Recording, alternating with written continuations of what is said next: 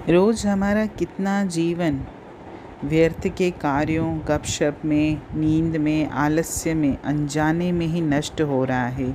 हम कभी भी इसकी गिनती नहीं करते। आजकल आप जिससे कोई काम करने को कहें तो वो ये कहता है कि मेरे को तो टाइम ही नहीं मिलता। मेरे पास काम इतना ज़्यादा है कि मुझे दम मारने की भी फुर्सत नहीं है। मैं सुबह से लेकर शाम तक गधे की तरह काम करता रहता हूँ और मेरे पास ना तो भजन के लिए, कीर्तन के लिए, पूजा पाठ के लिए, सत्संग के लिए, सद्ग्रंथों के अध्ययन के लिए, किसी भी बात के लिए समय नहीं है मेरे पास। मेरा पूरा समय जीवन में, संसार में ही खर्च हो रहा है। अगर हम उस व्यक्ति से, जो व्यक्ति ये कहता है कि मेरे पास टाइम नहीं है इन बातों के लिए, सुंदर बातों के लिए, सच्ची बातों के लिए, तो अगर हम उसके जीवन को, मतलब जो वो जीवन जी रहा है, उसके क्षणों का लेखा जोखा अगर हम तैयार करें तो हम देखेंगे कि उसके कई घंटे, दिन भर में 24 घंटे में से न जाने कितने घंटे वो अपनी आत्मा के सुधार के लिए, अपने व्यक्तित्व के विकास के लिए निकाल सकता है। जैसे 8 घंटे अगर वो अपने जीवन को चलाने के साधन जुटाने में लगाता है, 7 घंटे नींद आराम में व्यतीत करता है, तो भी उसके पास 9 घंटे रहते हैं। अगर इनमें से भी 1-2 घंटे मनोरंजन के लिए या टहलने के लिए या गपशप के लिए निकाल भी दो, तो भी 6 घंटे का समय तो ऐसा शेष बचा रहता है जिसमें हर मनुष्य परिश्रम करके, प्रयास करके अपनी आत्मा का विकास कर सकता है और न जाने कहाँ से कहाँ पहुँच सकता है।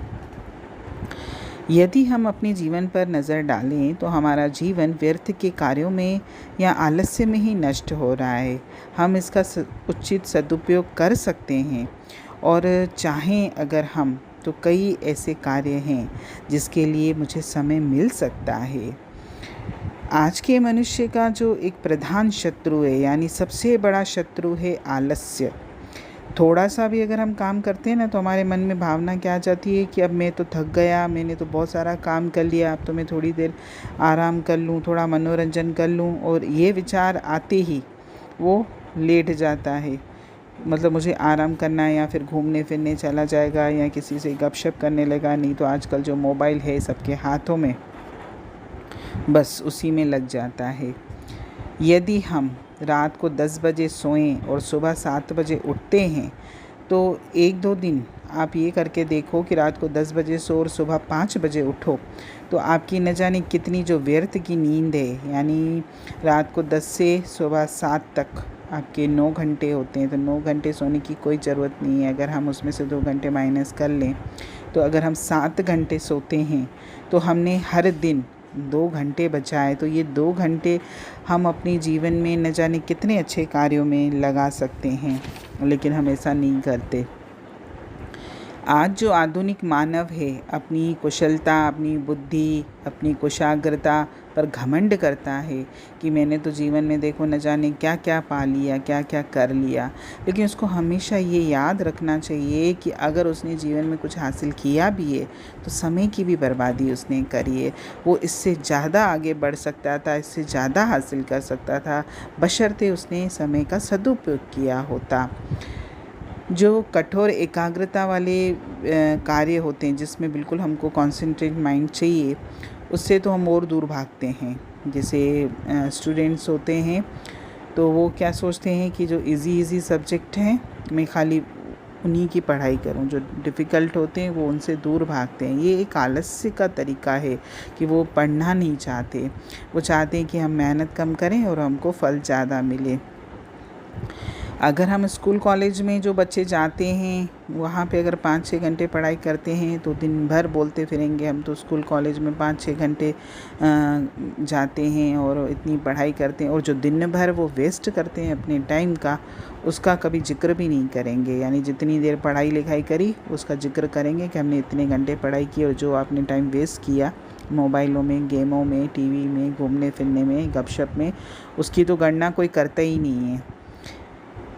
व्यापारियों को लीजिए, जैसे दुकान वाले हैं, बड़े बड़े शहरों के जो बड़े दुकानदार हैं, उनकी तो चलिए बात ठीक है कि वो सुबह से रात तक लगे भी रहते हैं, वास्तव में वो व्यस्त होते हैं, लेकिन ज़रूरी नहीं है कि सबके यहाँ इतनी ग्राहकी हो। बहुत सारे व्यापारी ऐसे भी होते हैं जो दिन भर खाली दुकानों पर बैठे रहते हैं, सोकर बातें करके अपना टाइम वेस्ट करते हैं। चाहें तो वो इस समय का सदुपयोग कर सकते हैं, कोई पुस्तक पढ़ सकते हैं, कहीं किसी चीज़ में जिसमें रुचि हो उनकी, उसमें महारत हासिल कर सकते हैं, लेकिन नहीं करते हैं।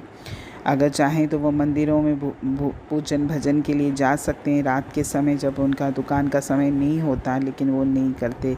चाहें तो वो सत्संग में आ सकते हैं, सत्संग कर सकते हैं, सत्संग में बैठ सकते हैं, स्वाध्याय कर सकते हैं, नहीं करते। निरर्थक के कार्य करेंगे, गपशप करेंगे, मित्रों के साथ इधर उधर घूमेंगे, ज़्यादा देर तक सोएंगे, देर रात तक जागेंगे, बस यही करते रहते हैं। दिन और रात के 24 घंटे रोज़ बीतते हैं, आगे भी बीतते जाएंगे। न जाने कितने व्यक्तियों के जीवन ऐसे ही बीतते जाते हैं। यदि हम मन में दृढ़तापूर्वक ये ठान लें कि हमें अपने दिन में से सबसे अधिक लाभ उठाना है, मुझे प्रत्येक क्षण का बहुत ही सुंदर तरीके से उपयोग करना है, तो हम न जाने कितने गुना लाभ उठा सकते हैं। जैसे जो व्यक्ति अपना बजट बनाकर खर्च करता है, तो वो तो एक एक रुपए से भी लाभ निकाल सकता है, यानी वो 1 रुपये भी खर्च करेगा तो उसमें भी उसको कुछ ना कुछ मिलेगा ज़रूर। इसी तरह अगर हम अपने रोज़ के घंटों का एक बना लें कि भाई मुझे किस काम को कितना समय देना है, तो आपके पास बहुत सारा समय बचेगा और हम अपनी आत्मा का विकास कर सकते हैं। प्रत्येक क्षण जो हम व्यय कर रहे हैं, यानी हम जो अपने जीवन का प्रत्येक पल खर्च कर रहे हैं, इसको ये पल कभी वापस लौट कर आने वाला नहीं है। और जब मौत हमारे सामने आती है, जब हमारा ये जीवन छोड़ने का समय हो जाता है, तब हमको ऐसे लगता है कि हमारे लिए तो 2-4 पलों का भी बड़ा मूल्य है। इसीलिए जीवन होते हुए अगर हम विवेकपूर्ण रीति से अपनी जिम्मेदारियों को निभाएं, तो हम अपने जीवन में इतने काम कर सकते हैं जिससे दूसरे को नहीं, हमें खुद पर ही गर्व होगा। एक विद्वान थे, उन्होंने अपने जीवन के सदुपयोग को बहुत अच्छे तरीके से किया था। उन्होंने अपने जीवन का सदुपयोग, वो कहार का कार्य करते थे। कहार यानी जो डोलियाँ जैसे उठाते हैं कोई सामान अपने कंधों पर, तो वो इतना परिश्रम करते थे कि दिन भर तो वो अपना काम करते थे, रोटी के लिए कमाते थे, और रात को वो पढ़ाई करते थे। तो एक बार किसी ने उनसे पूछा था कि आपने कौन से स्कूल में शिक्षा पाई है, तो उन्होंने कहा कि मैंने तो विपत्ति की पाठशाला से सब कुछ सीखा है। मतलब वो कहार थे, दिन भर सख्त मेहनत करते, रोटी कमाते थे और बचे हुए समय में पढ़कर इतने बड़े विद्वान बन गए, तो हम क्यों नहीं बन सकते। अगर हम समय का अपव्यय न करें, यानी उसको फिजूल खर्च न करें अपने समय को, तो हम न जाने कितनी गलत बातों से भी बच सकते हैं। क्योंकि फालतू दिमाग शैतान का घर होता है। अगर हम किसी कार्य में अपने दिमाग को, अपनी बुद्धि को नहीं लगाते और अपने समय को गलत विचारों में, दुर्भावों में लगाते हैं, तो ये तो दूसरों को तो हानि बाद में पहुंचाता है, सबसे पहले तो वो हमको हानि पहुंचाता है। एक बार जब हम क्रोध करते हैं तो दूसरों पर तो क्रोध बाद में असर करता है। सबसे पहले क्रोध मेरे अंतर में जागृत होता है और मुझ पर असर करता है, और मेरे ही खून को विषैला करता है, मेरी ही पाचन क्रिया को शिथिल करता है। और व्यर्थ में जो हम जो भी कार्य कर रहे हैं, दिन ब दिन मेरा जीवन ऐसे ही नष्ट हो रहा है।